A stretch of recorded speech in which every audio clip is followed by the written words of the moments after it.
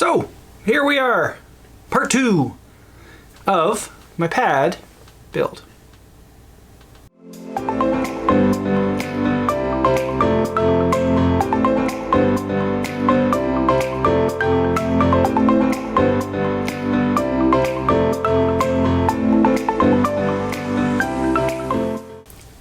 Greetings, Dave here, DCBFX.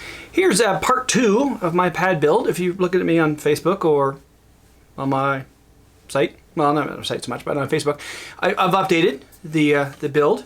I'm at the point now where these are well sanded, as I showed off in the last video. But now I have the piece here. This is basically, this fits in here. This holds the graphic in. So I have graphics over there, and it's just gonna, the piece here is nice and rounded and reset in here. So you can just put the graphic in and this just snaps in. Like, this is a really tight fit. You don't even need to worry about glue or anything like that. It's just, it's in there, it's in there well. And also what I did is I took the file, the one I showed off in the last video, and I'll put it right there. There are pieces.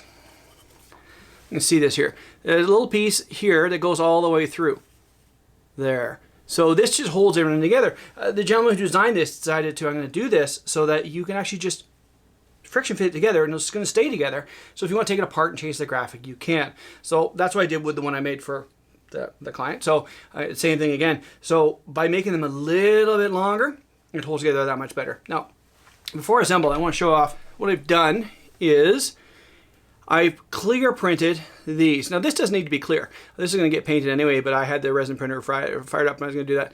And then these 3 LED holders here and then here. In fact, as I see that, I'm covering over it with the light coming through.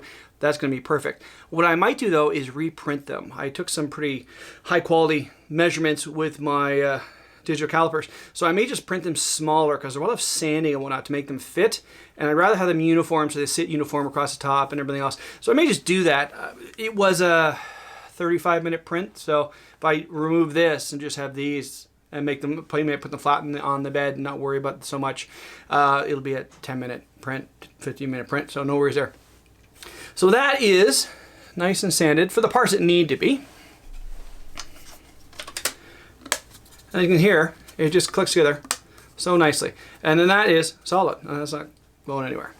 And then the bottom piece goes on like that. And again, nice, solid, satisfying. So there it is there. So as I was showing off on Facebook, I was saying I'm not sure how I'm going to do this, how I'm going to wire it up. And then I got it half apart. I saw this whole cavity here. That is more than enough room to wire up a LiPo and an Arduino. So I really don't even need to cut up this so much. And I will need to put some grooves to cover, you know, to hold the wires, but that's easy. A little channel there and I'm all set. So I can do that in there, and this one will go around. It's funny, I was showing my wife, what the heck is this hole here? Why is that for? Oh, I put that there so I could pop it out if I had to, the large button.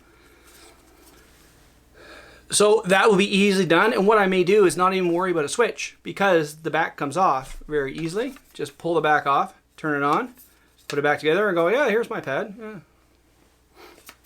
Now the last thing I need to worry about is, am I going to light up in here with the graphic? Am I going to have some lights going across, maybe across the top, sliding up or down? That I haven't figured out yet. I need to sort of get this closer to finish and then figure which way I'm going to go with that. But you know, I think all in all, this is coming along pretty nicely and coming along actually pretty quickly considering I printed it on the weekend. Well, the last piece on the weekend. And my video on Monday was talking about this, and I think I've come a long way just in a couple days. So expect to see some paint on this soon. I'm going to get this primed up tonight, best I can. If not tonight, tomorrow. It's a little cold right now. Up here in Kazakhstan, we had another storm come through. Lots of sugar snow, so that's just, as you're walking, biting. It's a little...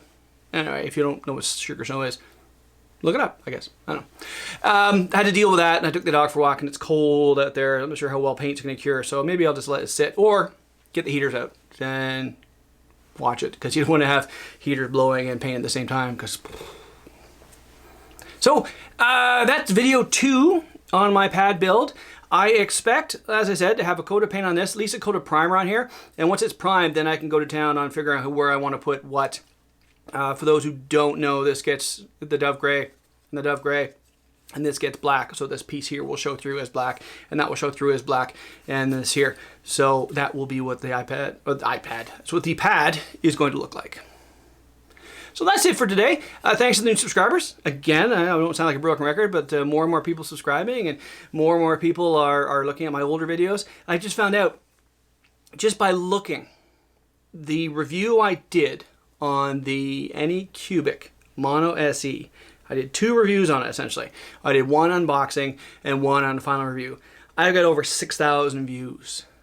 That to me is just... And then my Anycubic Mega 02, it's 1,000, 1,200. Amazing, amazing. And it's all thanks to you guys. I do appreciate that. Since we're just in year 2, I'm having the best time. I haven't run out of steam, and I really love doing this. So thanks for coming by. I really appreciate that. So we'll talk to you all soon.